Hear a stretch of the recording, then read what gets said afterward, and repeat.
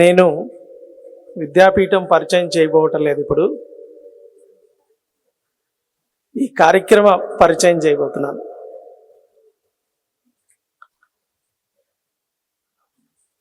మనందరము ఎంతో శ్రమ కోర్చి దూర దూరాల నుండి ఆదిలాబాద్, మంచిర్యాల, ఖమ్మం నుండి కూడా ఈ శిబిరానికి వచ్చారు.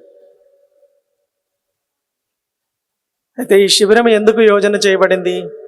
శిబిరం వెనకాల ఉన్నటువంటి ఉద్దేశం ఏమిటి?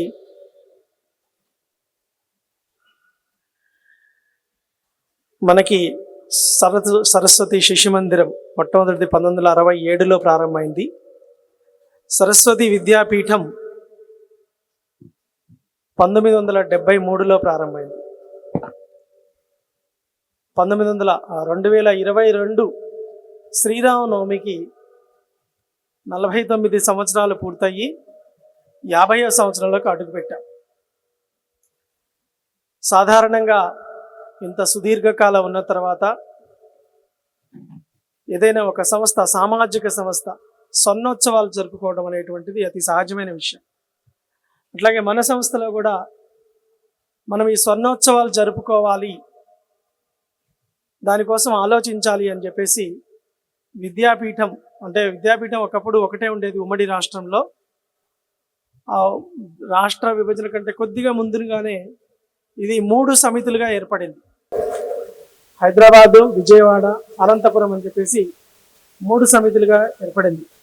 ఈ 3 సమితులకు సంబంధించినటువంటి పెద్దలు, అలాగే క్షేత్ర పెద్దలు వీళ్ళందరూ కూడా కూర్చొని మన స్వర్ణోత్సవాన్ని ఎలా చేద్దాము అనేటువంటి సందర్భంలో అనేక కార్యక్రమాల యొక్క రచన చేయడం జరిగింది. శ్రీరామనవమి నుండే ప్రారంభం చేసి అలాగే పూర్వ విద్యార్థుల సమ్మేళనాలు, ప్రధానాచార్యుల యొక్క శిబిరము, ఆచార్యుల సమ్మేళనాలు, ఇట్లా రకరకాల కార్యక్రమం యోజన చేస్తున్నప్పుడు తెలంగాణ సమితి, తెలంగాణ ప్రాంతం విడిగా కూర్చొని ఆలోచిస్తున్నప్పుడు మన దగ్గర బాలికా శిబిరాన్ని నిర్వహిస్తే బాగుంటుంది అని చెప్పేసి, వాస్తవానికి ఈ ప్రపోజల్ ఇప్పుడు వచ్చింది కాదు, గత 2-3 ఏళ్ల నుంచి మన యొక్క మాతాజీలు మనకి ప్రపోజల్ పెడుతూ ఉన్నారు. మనకి బాలికా విద్య అనేది మనకి అనేక అంశాలు ఉన్నాయి, ఆధారభూత విషయాలు, కేంద్రీయ విషయాలు అనేకం ఉన్నాయి. అందులో ఈ బాలికా విద్య అనేటువంటిది కూడా ఒక ముఖ్యమైనటువంటి విషయం. ఈ బాలికా విద్యలో 4వ తరగతి నుంచి 10, మన దగ్గర 10, 12వ తరగతి వరకు ఉంటే అక్కడి వరకు ఉన్నటువంటి బాలికలకి ఒక ప్రత్యేకమైన శిక్షణ. మన సంస్కృతి ఏమిటి, మన ఆచార వ్యవహారాలు ఏమిటి, మన కుటుంబ వ్యవస్థ ఏమిటి, మన అతిథి సత్కారం ఏమిటి, పర్యావరణ పరిరక్షణ ఏమిటి, సామాజిక బాధ్యత ఏమిటి, ఇవన్నిటిని కూడా ఈ బాలికా విద్యలో చెప్పడం జరుగుతుంది. ఎందుకు మనం పెట్టాము విద్యాభారతి బాలికా విద్యను ఎందుకు పెట్టింది? బాలిక అంటే ఒక మాతృస్వరూపం, మాతృశక్తి. మన యొక్క కుటుంబానికి తల్లి కేంద్రం. ఒక తల్లి సంస్కారవంతంగా, శక్తివంతంగా ఉన్నట్లయితే, ఒక తల్లి, ఒక మాత, ఒక స్త్రీ చక్కగా ఉన్నట్లయితే ఆమె యొక్క ప్రభావం 2 కుటుంబాల మీద ఉంటుంది. ఒక పురుషుడు బాగా ఉన్నట్లయితే అతని వరకే అది పరిమితం అవుతుంది. కానీ ఒక స్త్రీ సంస్కారవంతంగా, గుణవంతురాలుగా ఉన్నట్లయితే ఆమె యొక్క ప్రభావము 2 కుటుంబాలని ప్రభావితం చేస్తుంది. కాబట్టి దాని గురించి విద్యాభారతి మన పాఠశాలల్లో ఈ యొక్క బాలికా విద్యని ప్రవేశపెట్టడం జరిగింది. ఆ బాలికా విద్య సందర్భంగా దేశంలో అనేక ప్రాంతాల్లో శిబిరాలు జరుగుతూనే ఉన్నాయి. కానీ మన ప్రాంతంలో గతంలో పెద్ద పెద్ద శిబిరాలు జరిగినాయి. శిశు తీర్థం పేరుతోటి 14,000 మంది, 16,000 మందితోటి జరిగింది.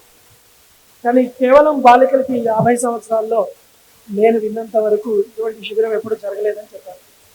కాబట్టి మన స్వర్ణోత్సవ ఈ 50 ఏళ్లలో మొట్టమొదటిసారి ఇటువంటి బాలికలందరితో కూడా మనము శిబిరాన్ని ఏర్పాటు చేయడం జరిగింది. కాబట్టి ఈ యొక్క బాలికల్లో ఉన్నటువంటి శక్తిని వెలికి తీయడము, వాళ్ళని విద్యావంతులుగా చేయడమే ఈ యొక్క బాలికా శిబిరం యొక్క ముఖ్య ఉద్దేశము.